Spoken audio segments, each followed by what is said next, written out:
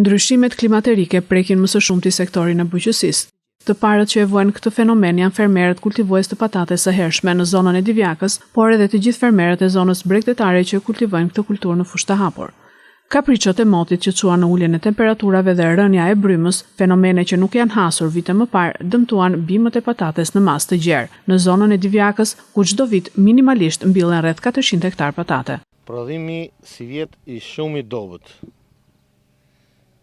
Nga goditi herën e parë, nga goditi ngrica i ftofti.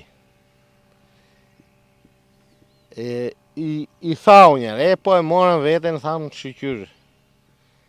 E goditi për zdyti, e goditi vrugu, zi, që i themin e, kalbzimi.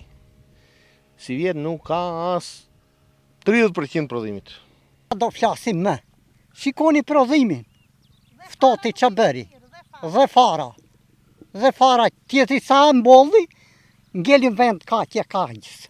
Është viti me i keq që ka ndodhur, ndikoj dhe koha, ndikoj ngrica që ish armiku nëmër 1 për bimin e patates, i ka tharë gjitha, dhe rezultatet duken se po shkullin fermerët gjithë. Për momentin vetëm fara ngelet, se për të qitur asë shpenzimin dhe ngulon.